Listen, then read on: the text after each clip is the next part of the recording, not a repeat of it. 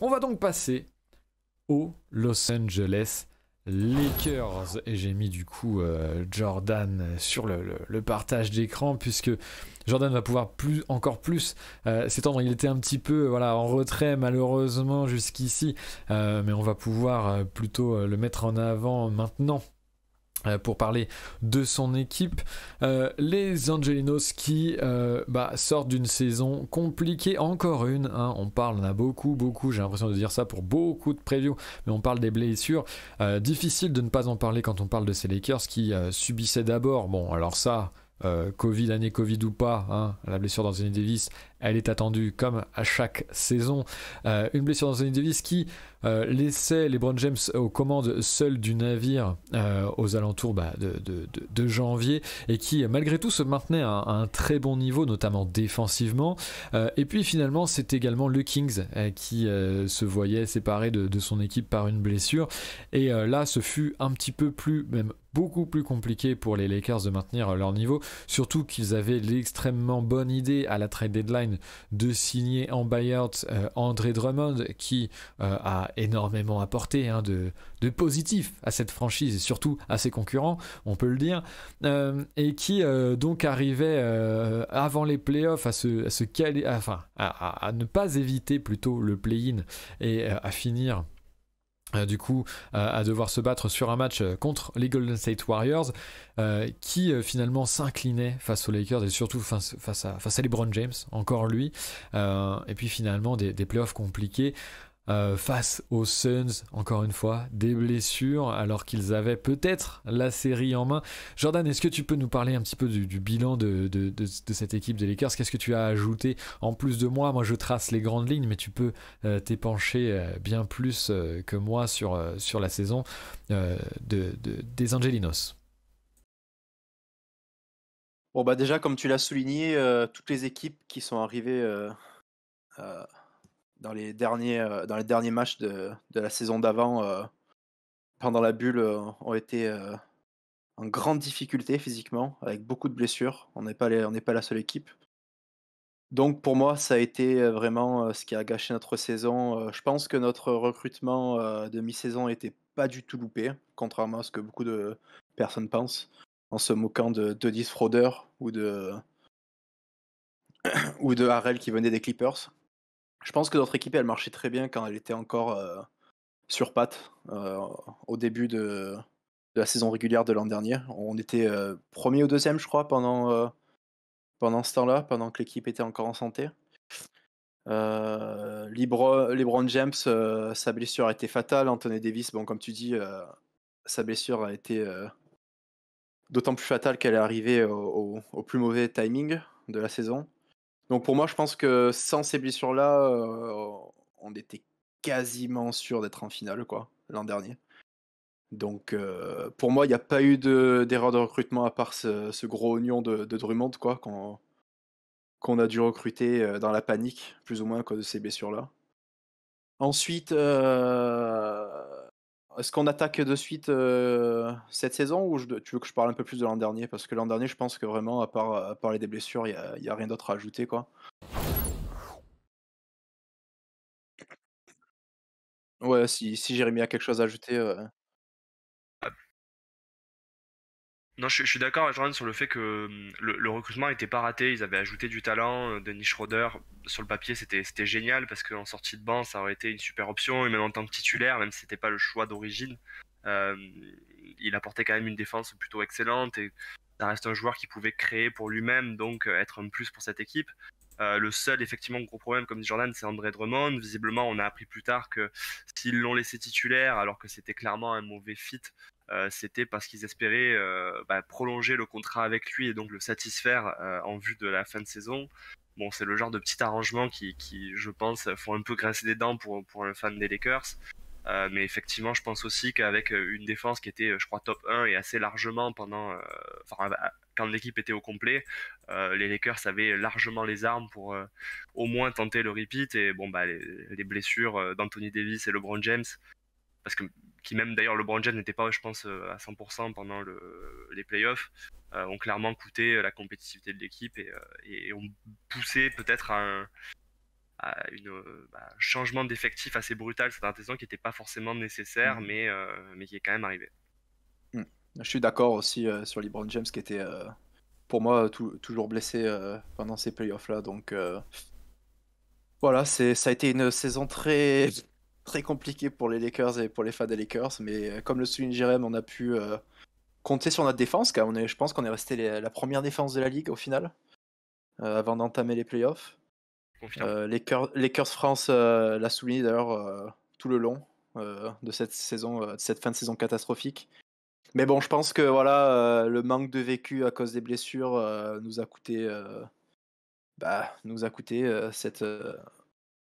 cette série de playoffs contre les Suns. On pensait la tenir à un moment, mais il faut aussi parler des blessures côté Suns. Hein. Il y avait Chris Paul qui était sur le carreau pendant un game et demi, je crois, ou 2 games. Donc voilà, après, avec des si, on peut refaire le monde, mais c'est sûr, quoi, ça a été une grosse déception. Je vous rejoins assez sur... Oula, alors que mon compresseur s'est un petit peu affolé. Je vous rejoins assez sur ce que vous disiez par rapport à ce bilan, à ces Lakers, et puis à leur intersaison précédente.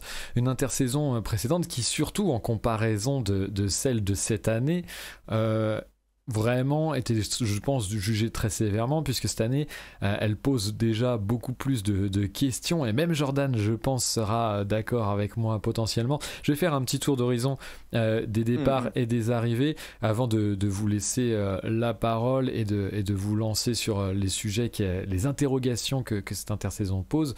En vrac, alors que je vais passer sur l'autre, non, je vais pas passer parce que bref, je me remets dans mes scènes. Donc, les départs, beaucoup de départs et beaucoup d'arrivées, vous allez le voir du côté de ces Lakers. Les départs de Dennis Schroeder, que tu as magnifiquement appelé Dennis Schroeder tout à l'heure, j'adore. Les départs également d'Alex Caruso, la mascotte des Lakers, qui va, je pense, être regretté et qu'on voit très bien chez les Bulls avec Jérémy. Vous pouvez aller regarder notre preview des Bulls dispo sur YouTube, on en parle plutôt en bien. Wesley Matthews faisait également ses valises, tout comme Kyle Kuzma. Ça me navre un petit peu de ne plus pouvoir vanner les fans des Lakers vis-à-vis de Kyle Kuzma, mais bon, ainsi soit-il. Kentavious Caldwell Pope, KCP s'en va également, pièce très importante sur la défense extérieure, mais ça, encore une fois, on va y revenir. Alfonso McKinney, Montrezl Harrell, Markieff Morris, Marc Gasol, Ben McLemore, André Drummond, Jared Dudley partaient également de ce roadster. Et du côté des arrivées, on en a également une pelletée. Alors, Russell Westbrook, bien évidemment, et tu en parlais déjà un petit peu, Jordan, Carmelo Anthony, Kent Bazemore, Malik Monk, Kendrick Nunn, Dwight Howard, Wayne Ellington, Trevor Ariza, Rajon Rondo, DeAndre Jordan ou son cadavre, et puis d'autres no-name moins intéressants en two-way contract potentiel. Beaucoup de changements dans ce roster des Lakers, avec bien sûr Russell Westbrook, mais peut-être avant ça on peut parler du fait que l'interrogation surtout se place sur le personnel défensif, puisqu'il y a beaucoup d'options défensives qui sont parties. On pense à Alex Caruso, on pense à KCP notamment, et des arrivées qui, à ce niveau-là, ne font peut-être pas l'unanimité. C'est le cas de le dire. Je vous lance là-dessus, messieurs. Je ne sais pas, Jérémy, Dodan, qui veut commencer pour parler de ce potentiel manque de profil défensif dans ce roadster. Pour moi, ça va faire mal, je pense. Hein. On va pas fermer les yeux sur les pertes défensives. Jérémy l'a déjà très bien souligné dans sa preview écrite sur QI Basket. La perte de Caruso et de KCP, ça va être très très très compliqué à compenser. Même si on sait que Bazemore et Westbrook, peut-être que ça peut faire le taf, mais encore on part sur des paris. Westbrook, je suis vraiment pas du tout sûr de ce qu'il peut proposer défensivement. Mais ouais, pour moi, surtout Caruso en fait. J'ai été très très très déçu des Lakers de ne pas avoir essayé de le re-signer, de ne pas avoir mis le prix sur ce joueur-là. On le voit d'ailleurs dans la pré-saison aux Bulls que je suis via Caruso. Je pense qu'il va nous manquer. Pour faire la blague qu'on fait souvent à QI Basket, c'est le supplément d'âme qu'on avait sur le banc. Et je pense que ça va être très très compliqué à compenser. Surtout, pour moi, les recrues, elles seront pas au niveau défensif. Comme me le dit Roll dans le chat, tout pour l'attaque cette année. J'espère vraiment pas. J'espère vraiment pas, mais j'ai l'impression qu'on se tourne vers ça. Voilà. Je sais pas si Jérémy doit Jérémy, si tu ajouter quelque peux, chose. si tu peux ajouter quelque chose sur t'as écrit beaucoup non, sur mais ces. je suis plutôt d'accord avec Jordan, hein, notamment sur Westbrook. En fait, le problème de Westbrook, c'est que d'une année à l'autre, il est plus ou moins investi en défense. J'ose croire que dans un effectif qui vise le titre, avec une identité défensive quand même depuis l'arrivée de Frank Vogel, il va se mettre au diapason. Bazemore est aussi un excellent défenseur, même si en attaque il va, je pense, faire piquer quelques crises. En fait, je pense qu'il y a quand même beaucoup plus de garanties que ce qu'on pense défensivement. Même chez des joueurs qui n'ont pas la réputation d'être corrects ou bons en défense, comme je sais pas Malik Monk par exemple, on peut être surpris de l'apport de certains joueurs défensivement dans cette équipe des Lakers. Là où je suis plus dubitatif, c'est voilà, les rotations qui sont arrivées sur le banc. Effectivement, comme tu dis, le cadavre de DeAndre Jordan qui est devenu enfin, une passoire. Ah bah, si on parle de André Jordan, on aura placé un oignon par un autre oignon, quoi. C'est vraiment Drummond, c'est même pas, c'est pire en fait, hein. Vraiment, c'est pire, je pense. Alors c'est bien pire, je Je pense pense, que parce c'est pire. que C'est bien pire que Drummond a un Drummond. apport. Ouais, Drummond a un apport au moins au rebond et offensif. Je sais pas s'il a encore un apport tout court d'André Jordan. Ouais. Mais même, bon, alors que je l'adore, mais même Carmelo Anthony, visiblement, on lui a promis une place importante dans la rotation. Il y a des soirs, les soirs où ça va pas rentrer en attaque, ça risque d'être très très très compliqué pour les Lakers d'avoir un joueur qui défend plus au niveau NBA et qui dans le même temps va continuer de faire son jeu à base d'isolation, quoi. Anthony était catastrophique l'an dernier en termes de défense. Je me souviens encore, vu que je suis beaucoup Lakers France, il parlait de sa défense, c'était vraiment très néfaste pour les Blazers, quoi. À chaque fois qu'il était sur le terrain, c'était une catastrophe, quoi, défensivement. Donc, j'espère vraiment que les Lakers vont pas compter sur Anthony, hein, si c'est lui qui est censé nous Ça va. aider. Je pense. Ça va Après, être. pour sa défense, Vas-y, vas-y. à Portland, il n'y avait pas de défense tout court. Là, il y aura quand même une rigueur qu'il n'avait pas. Mais c'est surtout son apport offensif qui est recherché. Et il fait partie de ces rotations dont on sait qu'elles vont avoir des minutes et qui paraissent pas avoir un impact positif sur la défense de son équipe à l'heure actuelle, quoi. Bah, moi, C'est pour surtout. ça que moi, j'espère qu'il va pas beaucoup jouer, quoi. Bah, surtout, moi, C'est, là, ça me pose question par rapport à son minutage et toi, à tes espoirs, Dan, de le voir moins jouer potentiellement.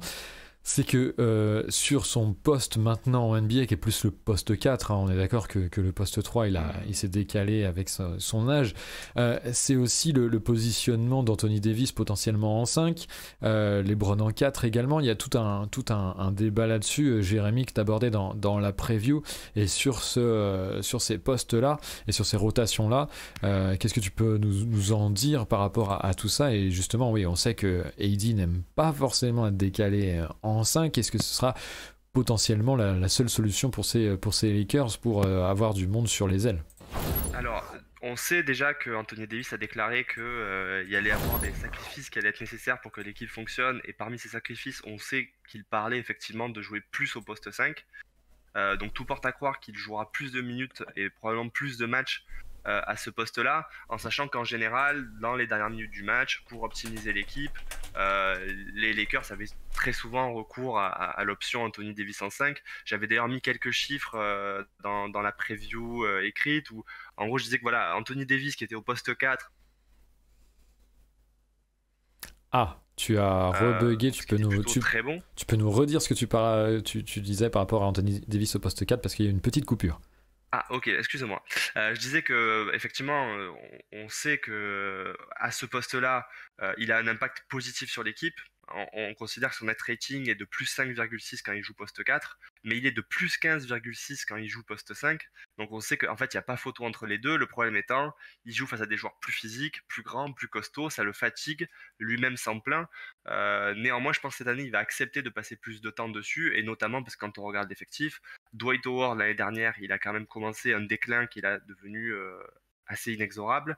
Et derrière, il n'y a que DeAndre Jordan au poste 5.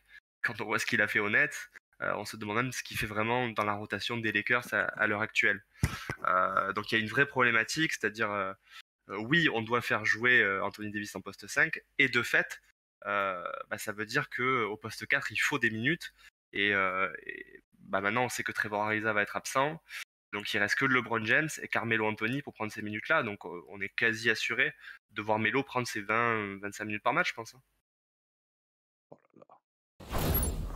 Oui, excusez-moi, j'étais muté. Oui, je suis d'accord avec toi. Il y a ce problème de fait en fait qui se pose. Et même si Jordan le disait bien, je pense que c'est pas forcément idéal et que lui il espérait le moins possible voir Melo. Je pense que malgré tout, voilà, ce sera un petit peu obligatoire pour ces Lakers. Alors qui ont chopé Trevor Ariza sur à peu près les mêmes postes, mais pareil, Trevor Ariza, quand on parle de cadavre de DeAndre Jordan, c'est quand que Trevor Ariza a joué correctement. Bon, ça remonte. Ariza, il est un peu cramé aussi, déjà. En plus, il est blessé déjà, donc il va louper 10-15 matchs, je crois. Alors, donc ça va être compliqué de revenir. Du Melo, on va en bouffer, ouais, c'est certain. Après, mais bon, il y a Cam, je crois que c'est Cam qui le soulignait aussi, hein, aligner Davis en 5 toute la saison, on va le péter, hein, c'est certain, quoi. C'est pour ça que c'est problématique. C'est problématique, il va pas tenir, quoi, donc... Ouais, Howard, de ce que j'ai vu après, ça reste de la pré-saison, mais il est vraiment moyen aussi, quoi. Alors que ça va être, Hugo et Roll dans le chat se disent des choses contraires. Mettez vos violons, accordez vos violons plutôt. Il était pas mal au hit. Ariza Kata au hit dans la seconde juste après. Donc, il était pas au hit. Ça me surprend pas de la part de basket catéchisme quand je dis ça. Et tout le monde est top au hit pour Hugo. Ouais, c'est pour ça. Un objectif incroyable. Non, c'est sûr que la rotation à l'intérieur va être très très compliquée. Après, tout à l'heure, t'en parlais, Clément, tu disais que Davis, soit qu'il a dit, je crois il était pas fan du poste 5. Ouais. Mais apparemment, après les multiples réunions qu'il a eues avec James et Westbrook, il serait prêt à faire la sale besogne à l'intérieur. Donc à voir. Mais après, ça règle pas le souci physique des blessures. Ça donnerait encore potentiel, quoi. Ça donnerait enfin du crédit à tous les Lakers fans qui disent qu'il faut mettre à des meilleurs pivots de tous les temps, alors qu'il ne joue jamais pivot et qu'il n'a pas envie d'y jouer. Ça donnerait enfin un peu de crédit à ces supporters d'Anthony, à ces Davis sexuels là. Voilà, je me permets des pics parce que vraiment j'ai aucun respect pour ça. On est en fin de live et il y a moins de personnes. J'ai vraiment aucun respect pour cet argument que je trouve vraiment claqué au sol. Mais non, mais par contre, donc on a ce problème potentiellement d'avoir perdu des défenseurs extérieurs. On parle de Wesley Matthews, de KCP, d'Alex Caruso. Pour potentiellement pallier à ça, Trevor Ariza, bon, on en parle, c'est quand même pas la folie. Il n'y a pas forcément de remplacement à tout ça. On voit qu'il y a des problèmes en plus sur le poste 4, du coup, qui serait LeBron James, du coup, en titulaire pour décaler Anthony Davis en 5, et puis ne pas trop subir ce manque-là. On a quand même des Malik Monk. On a quand même ce joueur des Kendrick Nunn. Est-ce que vous les voyez prendre, parce que, et là je vais peut-être faire la transition avec l'autre scène pour le 5 majeur, Kent Bazemore, tu le voyais dans le 5 potentiellement, Jérémy. Est-ce que, comme dit dans le chat plutôt précédemment, avec tous ces problèmes de rotation potentielle, le fait d'avoir moins de profondeur et d'avoir ces problèmes défensifs, est-ce que ce serait pas plutôt l'intérêt d'être sur le tout pour l'attaque et de mettre ces Malik Monk-là titulaires, de mettre ces Kendrick Nunn peut-être, puisque Hugo nous disait tout à l'heure que Kendrick Nunn c'est pas celui qui va apporter de la défense sur le point of attack. Il a raison, hein. Voilà, est-ce que ce serait pas l'intérêt de quitte à ne pas être bon en défense, essayer d'aller vers un tout pour l'attaque? Je suis pas d'accord. C'est pas la manière de jouer de l'équipe, et je crois que c'est pas la manière de jouer d'une équipe qui a 33 ans de moyenne. Tu peux pas tout reposer sur l'attaque, te dire que tu vas mettre du rythme et que tu vas partir en contre-attaque etc. Ok, t'as pris Russell Westbrook qui est excellent là-dedans, et les Lakers étaient bons là-dedans, mais ils étaient bons là-dedans parce qu'ils étaient bons en défense. Moi je pense qu'il va falloir à un moment donné faire des choix et des fois sortir de la rotation des joueurs qui sont vraiment trop négatifs défensivement. Et pour ça, mine de rien, c'est ce que je disais dans la preview, les Lakers ils se sont bardés sur les lignes arrière pour justement, je pense, avoir le choix de mettre en avant que les meilleurs profils défensifs. Et je pense que derrière Russell Westbrook, qui va avoir des minutes évidentes, on va peut-être favoriser des Kate Bazemore et des Malik Monk à, par exemple, un Wayne Ellington qui me paraît quand même avoir une mobilité latérale compliquée. Pour essayer d'avoir un plancher défensif correct. Et je pense que quand tu joues Anthony Davis en 5, LeBron en 4, en 3, du coup, c'était ou THT ou Ariza. Alors que Du Malik Monk et du Russell Westbrook, tu arrives à avoir une défense suffisamment correcte pour pas te dire on va partir surtout sur l'attaque et on va courir, quoi. Ça paraît pas être un plan viable pour cette équipe-là. Ouais, par rapport à ça, j'ajouterais qu'il ne faut pas sous-estimer le coaching de Frank Vogel qui a toujours su vraiment retirer le meilleur de ses joueurs défensivement. Donc c'est vrai que a priori, on pourrait voir ces problèmes défensifs se dessiner de manière assez forte. C'est vrai que malgré tout, tu as raison de souligner, malgré ce peut-être poste 3-4 léger dans la rotation, le fait que il puisse y avoir des joueurs quand même qui soient intéressants sur les lignes arrière pour tirer le meilleur de leur capacité défensive. C'est ce qu'on souhaite en tout cas aux Lakers pour maintenir leur niveau plancher assez élevé qui reste assuré par LeBron James, Anthony Davis, bien sûr, si compter qu'ils puissent ne pas se blesser, et c'est tout ce qu'on espère. Maintenant, tu parlais de joueurs à aligner à l'arrière pour pouvoir faire cette différence-là défensivement et rester à un niveau correct défensivement. L'éléphant dans la pièce depuis le début de cette preview, c'est Russell Westbrook. Qu'est-ce qu'on peut espérer de Russell Westbrook? C'est une signature qui est extrêmement, critiquable et polémique s'il en est par rapport à ce roadster et cet alliage avec LeBron James, Anthony Davis. Russell Westbrook, c'est un meneur qui a énormément alors que je fais tomber mon portable, excusez-moi. Russell Westbrook, c'est un meneur qui a beaucoup d'usage dans toutes les années qu'il a passé dans la ligue. C'est difficile de l'imaginer en tant que seconde option. Comment est-ce qu'il peut s'intercaler avec LeBron James, avec Anthony Davis? Et est-ce que l'intérêt de choper Russell Westbrook, ce n'est pas d'élever le niveau plancher quand LeBron James, quand Anthony Davis ne sont pas sur le terrain? Qu'est-ce que vous pensez, messieurs, de cette signature?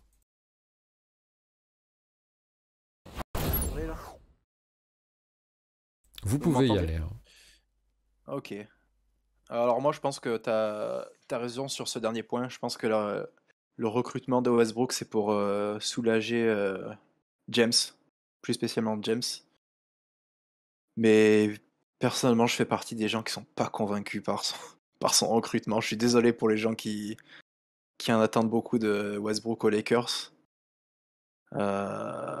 Pour moi, il shoot pas assez bien. Franchement, l'an dernier, on a vu c'est ce qui nous manquait autour de LeBron James et Anthony Davis.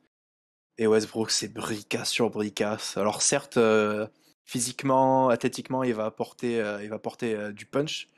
Et ça va peut-être pouvoir nous aider à reposer un peu plus LeBron James pour la fin de saison. Mais j'ai envie de vous dire, avec cet effectif-là, est-ce qu'on a le luxe de pouvoir reposer LeBron James beaucoup? J'en doute. J'en doute personnellement. Je sais pas ce que Jérémy en pense de son côté.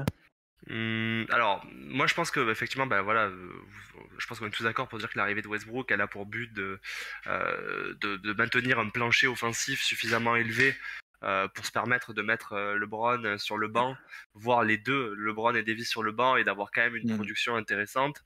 Je pense qu'il va y avoir effectivement des formations où on va voir Westbrook avec peut-être des Westbrook, Kendrick Nunn, Carmelo Anthony, Dwight Howard, et où ça va être le Westbrook Show, et où ça va envoyer du alley-oop pour Dwight Howard et ça va kick-out pour LeBron et compagnie.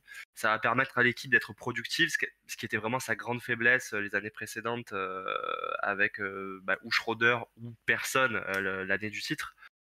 Maintenant, le problème, ça va être sur les fins de match. Il y aura toujours cette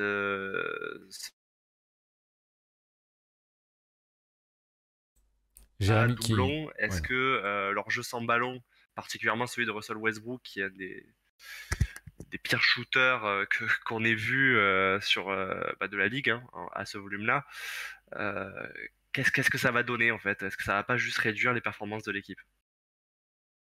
Je, je pense C'est une question effectivement ou une que. affirmation? Ouais, je suis entre les deux. Je pense que c'est un peu une affirmation. Au fond, on sait que c'est pas, contrairement par exemple au Nets qui avait ce trio-là et qui se disait bah les trois peuvent jouer ensemble, c'est une certitude. On sait que Westbrook, LeBron sur le papier, ça marche pas. Donc à voir comment après le coaching staff et comment les joueurs arrivent à se réinventer pour arriver à faire tourner la machine. Mais en tout cas, on sait qu'offensivement, ils vont pas s'optimiser l'un l'autre. Ouais, complètement. Alors après, moi, bon, on l'a déjà un peu évoqué sur quelques previews précédentes. Est-ce que voilà, l'idée, c'est pas de lui faire comprendre, lui faire avaler le rôle de Six-Man de luxe et de ne pas le titulariser sur les fins de match? Oui, je sais que c'est osé, je sais que c'est pas forcément possible, mais j'avoue que je suis dans un fantasme par rapport à ça de certains joueurs qui ont le statut de superstar, ont le statut de telle chose ou telle chose, mais qui en fait, genre je trouve sur sportivement en fait ça gagnerait à être dans un rôle différent ou un peu diminué. Je pense que vraiment, moi, en fait, j'aime moins bien cette signature de Westbrook. Alors, parce qu'effectivement, les Lakers sont des concurrents directs aux Nuggets, hein, ça, je ne vais pas le cacher, mais aussi, et surtout, plus sérieusement, parce que je pense que en réussissant vraiment à le mettre voilà, juste avec la seconde unit, les seconds couteaux, et vraiment stagger à l'extrême ces minutes avec James et Anthony Davis pour le voir vraiment presque seul, en fait je pense qu'il peut vraiment élever le plancher de la seconde unit et être très valuable pour ces Lakers, notamment en saison régulière. Mais voilà, le couper le plus possible de cette... ou alors en faire un joueur seconde option off-ball. Mais alors ça, j'avoue que j'ai du mal à l'imaginer, même J'y si crois pas c'est... du tout. Ouais, même si c'est à côté de LeBron. Je me dis, peut-être LeBron est le seul capable de lui faire avaler un rôle pareil. Mais donc ouais, non, toi, t'es vraiment définitivement sceptique, Jordan.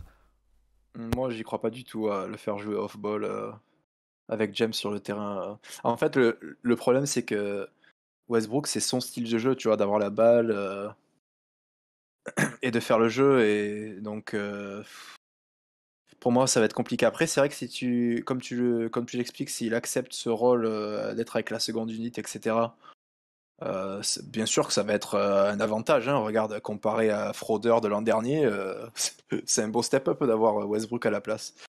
Mais moi, je crois pas qu'il acceptera ce rôle, même avec James.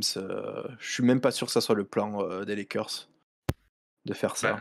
sans vouloir casser ton plan, Clément, mais est-ce que je peux rappeler que l'année dernière, du coup, Andre Drummond débarque, tout comme Dennis Schroeder a débarqué pendant l'intersaison précédente.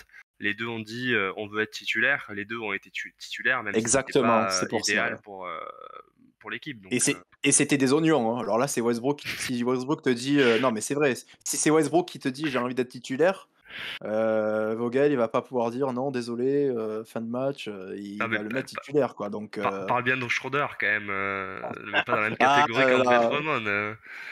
Calme-toi.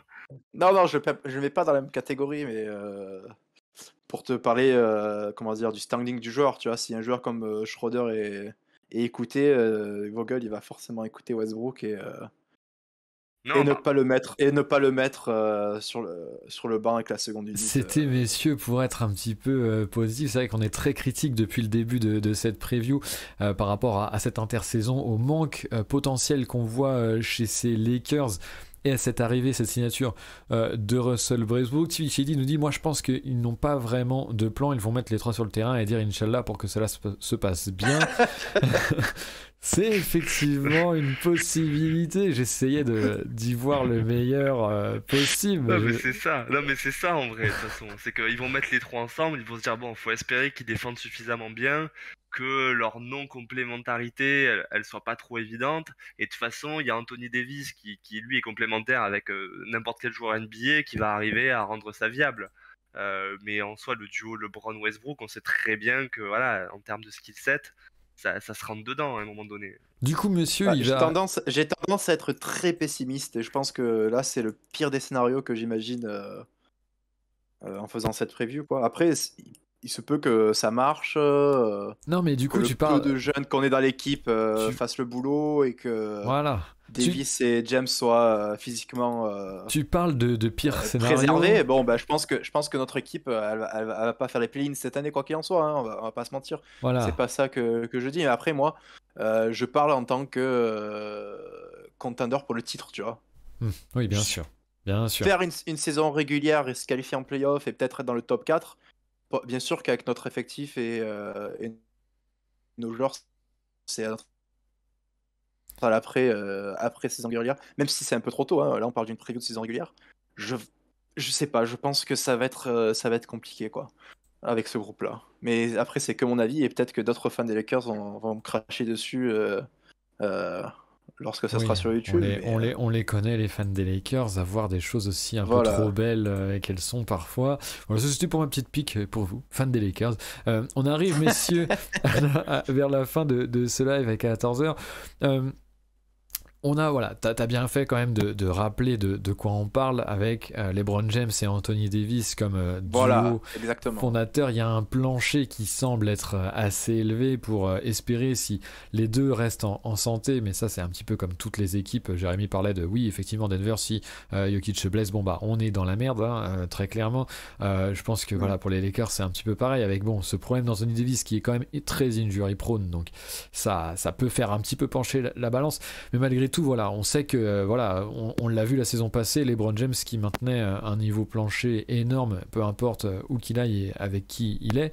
Par rapport à cette saison régulière, on reste dans un plancher élevé. Les interrogations se font plus par rapport à la post-saison. Pour finir, Exactement, ouais, pour pas affoler les gens, les fans des Oui. Lakers ou les autres fans de NBA. Bien sûr qu'avec James, s'il reste en bonne santé, même si James se blesse, encore une fois, là, cette fois-ci, on peut parler de l'apport positif de Westbrook. Si tu as un Westbrook dans l'effectif et même si James n'est pas là, on peut essayer de garder un niveau acceptable de l'équipe, quoi. C'est le point positif de Westbrook pour moi. Mais sinon, voilà, après avoir tous les trois ensemble, ce que ça va donner, quoi. Est-ce que vous avez d'autres choses avant de clôturer pour ces Lakers et cette preview et cette semaine? Eh ben, il faut espérer que effectivement, ça fonctionne au niveau santé. Je pense que c'est le principal enjeu pour eux cette saison régulière. Un peu comme on avait vu la saison passée, on disait beaucoup l'année dernière que le recrutement qu'ils avaient fait à l'intersaison, c'était justement pour régler euh, la difficulté de la saison régulière et le fait que les deux saisons se sont enchaînées très vite. Ils avaient amené du talent avec Montrezl, ils avaient amené du talent avec Dennis Schroeder. Bah là, voilà, là, l'enjeu sera le même, c'est essayer d'arriver en playoff, peu importe que tu sois premier, troisième ou sixième, mais par contre être au complet, avoir un maximum de joueurs de rotation qui aient trouvé leur rôle et qui soient autant offensivement que défensivement à flot. Et à partir de là, c'est là qu'on va juger la saison des Lakers. C'est est-ce qu'ils sont capables d'aller loin en playoff, est-ce qu'ils sont capables de jouer le titre. On a quasiment, on a même 6 mois ou 7 mois devant nous pour voir s'ils en sont là. Mais c'est vrai que sur la ligne de départ, il y a quelques scepticismes par rapport à l'âge global de l'équipe qui peut entrer en jeu, quoi. Surtout quand tu regardes les deux dernières saisons, quoi. Il y a eu des blessures, donc même l'année où on est champion, on n'a pas été épargné par les blessures, hein. Donc, à Oui, voir, ouais. mais t'avais un Anthony Davis qui était resté toute la saison en forme, ce qui est assez C'est rare vrai, vraiment. c'est Ça fait vrai. partie des 2 saisons en carrière où il est plutôt la dernière aux Pelicans et la première aux Lakers. Et Et là, c'est là où l'année il a le dernière, plus on a brillé en vu une playoff, quoi. rechute, quoi. Voilà. Ouais, c'est ça. Ouais, ouais. Ouais. Non, non, mais voilà. C'est sûr que voilà, si on arrive à avoir des rotations intelligentes, c'est-à-dire avec Carmelo qui joue pas trop, non, je rigole, et des jeunes qui marchent bien, les seuls jeunes qu'on a avec THT, s'il revient de blessure, bon, il va revenir de blessure assez rapidement, j'imagine. Si on a ces jeunes voilà, qui marchent à peu près bien, que les trois, ils arrivent à. Bon, James et Davis mettre leur ego de côté, je me fais pas de soucis, mais Westbrook, s'il arrive à mettre son ego de côté, à se mettre au service du groupe et à accepter des fois ce rôle dans la seconde unité, comme tu disais tout à l'heure, Clément, je pense que ouais, l'équipe, elle peut aller loin et ça peut le faire, même si je reste très sceptique par rapport à la défense, surtout à l'extérieur. Voilà, ça sera ma conclusion pour ces Lakers.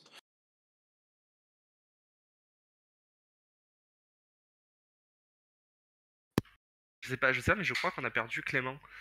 Ouais, je pense qu'on a perdu Clément. Je sais pas Voilà, si. les gars. Ouais. Donc du coup, on peut continuer, c'est pas Bah, grave. la question qui tue Westbrook, Non, mais candidat. parce que tu dis. On va lire un peu le chat.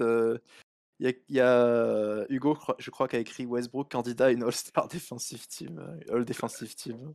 Non, mais franchement, moi je pense qu'il peut faire une belle saison en défense. Après, c'est juste que on a souvent en tête, tu sais, les images de lui complètement à la ramasse, qui n'a rien à faire de la séquence défensive. Mais en soi, avec Westbrook et un joueur correct à côté en défense, tu peux avoir une défense extérieure qui est, je pense, supérieure à la moyenne. Oui, je pense. Après, est-ce que ça suffit contre les grosses équipes? À voir. Mais est-ce que Clément est de retour ou pas? Non, mais je sais pas, il parle dans le chat, donc c'est assez étonnant. Je sais pas s'il a cut Ah son ouais. micro et qu'il s'en est pas rendu compte ou s'il nous laisse juste parler tant qu'on Bah, veut. du coup, attends, je vais écrire sur le chat. Clément, on t'entend plus. Mais il est pas mute hein, pourtant, je comprends pas. Ah, il a un Ah, problème, voilà. Non, on nous il dit j'ai un confirme, problème. très Ok, bien. On bon, ne ça rend va pas alors. l'antenne dans ce cas-là. C'est pas grave, ouais. Donc, ouais, tu disais, c'est vrai que je pense que ça peut être supérieur à la moyenne. Après, est-ce que ça va être. Je pense que ça peut être suffisant contre des équipes faibles, mais après, contre des plus grosses écuries Suis-je revenu? qui ont des lignes arrière très chargées, je pense que ça peut être très compliqué, quoi. Déjà, Suis-je on était. suis-je revenu? Ça peut se M'entendez-vous? déliter, Ah, mais vas-y. après, t'as toujours le gage Anthony Je Davis. crois qu'ils m'entendent pas. C'est-à-dire un joueur qui est capable de toute façon d'impacter la défense d'après tout le monde. 4 joueurs avec lui sur le terrain. Et de fait. Il faut compter sur ça, ouais. Il faut compter sur ça. Il faut compter sur l'expérience Davis, LeBron James pour tenir cette défense. Messieurs, m'entendez-vous? Ouais, t'es de question retour. Ouais. intéressante. Je Ouais, suis on t'entend à de nouveau. retour. La dernière question, c'est pour Ouais. vous. Ça termine combien au classement? Alors J'ai pas fait mes pronos encore sur qui basket sur le. Oui, d'ailleurs, prends ton temps, hein, surtout, ça fait qu'une semaine qu'on t'attend. Je vais les faire ce week-end, promis. Pour moi, ces Lakers là, je pense que ça sera 3e. Voilà. Je vois deux D'accord. équipes au-dessus des Lakers. Je pense que le Jazz et les Suns seront meilleurs en saison régulière. Je pense que cette année, on va pas faire l'erreur. Enfin, on va pas faire l'erreur, c'est pas notre faute, les blessures de l'an dernier, mais on va essayer de préserver un maximum nos deux principales stars. Donc, on va perdre un match, on va lâcher des matchs. Donc, on va pas du tout viser la première place, à mon avis. À moins que ça clique vraiment très bien, que tout roule. Mais je pense que ouais, ce sera 3e pour moi. 3e Ouais. cette année. Alors, moi, pour moi, je vous ai mis 5e. Je vous ai mis 5e parce que j'ai du mal à croire que cette équipe reste en bonne santé toute la saison. Et du coup, je pense qu'il va y avoir Ok. des périodes où il va manquer un ou deux joueurs et où ça va coûter des matchs. Et après, de toute façon, c'est toujours compliqué parce qu'en fait, on fait le classement en se disant cette équipe, elle est où? Mais en fait, ça dépend aussi de l'état de santé de la compétition. Par exemple, j'ai mis les Mavs très haut alors que je sens que c'est un fail absolu. Donc, je vais pas. Ouais, mais ça, c'est parce que tu es trop hype. Tu les as mis combien les Mavs? Je les ai mis 3e. Tu es trop hype par Ok. Luka Doncic, comme J'ai chaque trop année. peur. Ouais, j'ai trop non, peur. mais- J'ai trop peur, Luka Doncic. Ouais, je Salut, pense que les Fav. Mavs c'est trop haut. Salut les gars. Bah, salut Favs, il dit salut les gars. Bon, on va bientôt terminer malheureusement. Yep. Du coup, pour parler général, je pense que par exemple, je verrais bien les Nuggets devant nous, tu vois. Ça va être À cause de ses compliqué. profondeurs physiques. Ouais. C'est pour ça que on pourrait glisser. J'avais parlé de top 4 tout à l'heure. Je pense qu'on pourrait glisser 4. Mais après, aller plus bas. À part d'un hécatombe encore avec les deux stars blessés et qu'avec Westbrook en capitaine. Ouais, mais je pense que t'as pas les mêmes garanties. T'as pas les mêmes garanties aussi quand il y a des absents. C'est-à-dire que l'année dernière, t'avais quand même une équipe et c'était assez impressionnant. T'avais la défense. Même sans T'avais la LeBron, défense, il y avait ouais. une défense qui était tellement. Même sans Ouais. LeBron Davis, t'avais une défense qui était tellement forte que ça allait encore chercher quelques matchs pour grappiller, tu vois, le play-in et même avoir l'espoir de jouer 5-6e à 2 matchs de la fin. Mais cette année, je pense que t'auras pas ces garanties-là avec Dwight Avec Howard, Westbrook. Carmelo Anthony, Westbrook et tu vois des Ouais. joueurs comme Nunn, Monk, etc. On sait pas les positionner en fait Ouais. sur leur production de l'année prochaine. Donc c'est un peu plus compliqué quoi. On Surtout sera défensivement. d'accord Ouais, du je suis coup, plutôt messieurs. d'accord. Excusez-moi pour les petits problèmes techniques. Mon micro a disparu. Ah, pas de souci. Qui se pète en premier entre Porzi et Davis? Bah moi je dis Porzi, comme d'habitude. De toute façon, je l'aime pas. Je crois qu'on a reperdu Si c'est Clément encore. Je crois qu'il va falloir cut le live en fait parce que c'est la débâcle. Ouais. Bah et du coup, on remercie les 9 derniers spectateurs qui sont encore en ligne et Fav qui est arrivé Sur le assez gong. tard et qui parle de la perte de Caruso défensivement. Je suis d'accord avec lui. On en a parlé, ouais. Donc je dis merci à Clément, je pense qu'il nous entend toujours. Il a dit terminer le live pour moi, et merci à Jérémy pour ce live. Et je vous dis à lundi Ouais, pour ma à prochaine lundi. apparition en live. Et le reste sera sur YouTube, disponible ce soir normalement comme d'habitude. Voilà, Au revoir à tous. merci à Hugo d'être passé pour le 8. Et à bientôt tout le monde. Ciao, ciao.